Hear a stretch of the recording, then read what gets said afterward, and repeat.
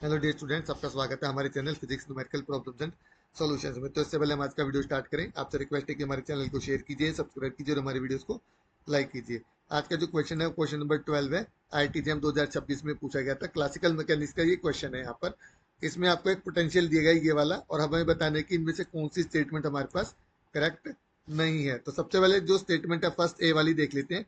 The force corresponding to the potential is central, मतलब हमारे पास जो फोर्स है वो सेंट्रल होना चाहिए यहाँ पे। तो देखिए हमारे पास जो v है वो कितना है, हमारे पास -k y डिवाइड में r²।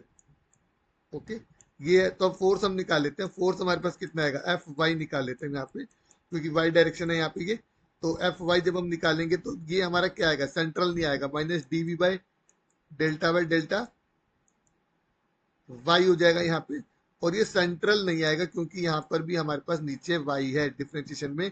तो हमारे पास सेंट्रल फोर्स के लिए कंडीशन क्या होती है, F directly proportional to 1/r², जो कि यहाँ पे नहीं आएगा जब आप इसकी डिफरेंशिएशन करोगे, क्योंकि यहाँ पे दो पार्ट्स आ जाएंगे यहाँ पर। ठीक है, एक न्यूमरेटर के लिए और एक डिनोमिनेटर के लिए। तो यहाँ पर ये जीरो नहीं आएगा। तो एफ हमारा जो है यहाँ पे क्या हो जाएगा, f y not equal to zero. तो जो हमारा पोटेंशियल, जो हमारा फोर्स है वो सेंट्रल नहीं हुआ, तो ऑप्शन ए हमारे यहाँ पे इनकरेक्ट हो गया।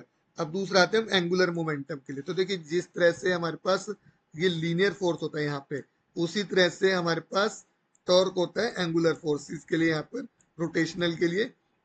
तो टॉर्क हो जाएगा आर आर वेक्टर इंटू में एफ वेक्टर। अब देखिए हमारे पास क्या है, फोर्स ये हमारा जीरो नहीं है, तो दैट मीन्स ये भी हमारा नॉट इक्वल टू जीरो रहेगा। अभी क्योंकि टॉर्क जीरो नहीं है, दैट मीन्स हमारे पास एंगुलर मोमेंटम भी हमारा क्या हो जाएगा, यहाँ पे कंजर्व नहीं होगा। तो ये हमारी ट्रू हो गई स्टेटमेंट, बी वाली क्या हो गई हमारे पास, ट्रू हो गई, क्योंकि हमारे पास क्या है, यहाँ पर ये जीरो नहीं है। तो अगर फोर्स जीरो नहीं है तो मोमेंटम कंजर्व हो जाएगा। यहाँ पे सी वाले में आते हैं कि लीनियर मोमेंटम हमारा कंजर्व रहेगा। तो देखिए हमारे पास क्या होता है, फोर्स का फॉर्मूला क्या होता है हमारे पास, dp/dt। ये हमारे पास फॉर्मूला होता है फोर्स का। अब अगर फोर्स यहाँ पे जीरो है, then momentum will be constant, यानी कि जीरो हो गया, पी हमारा कांस्टेंट आ जाएगा। कांस्टेंट का मतलब मोमेंटम हमारा कंजर्व्ड है। अब क्योंकि फोर्स हमारा यहाँ पे जीरो नहीं है, तो इसलिए मोमेंटम यहाँ पे कंजर्व्ड नहीं होगा।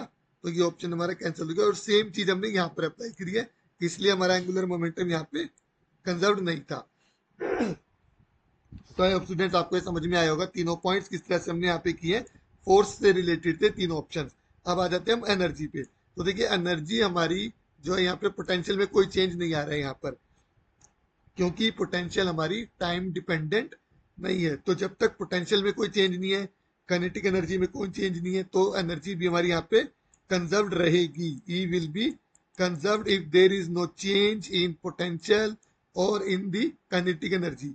तो इसलिए ये वाला सिस्टम भी, ये वाला जो ऑप्शन हमारा कैंसिल हो गया, गलत है, क्योंकि एनर्जी हमारी कंजर्व्ड रहेगी। यहाँ लिखा है नॉट कंजर्व्ड। तो आई होप स्टूडेंट्स आपको समझ में आए होंगे चार ऑप्शंस किस तरह से हमें करने हैं। अगर आपको फिर भी कोई क्वेश्चन समझ नहीं आ रहा है, कोई क्वेरीज है, तो प्लीज हमारे कमेंट सेक्शन में उसको पोस्ट कीजिए।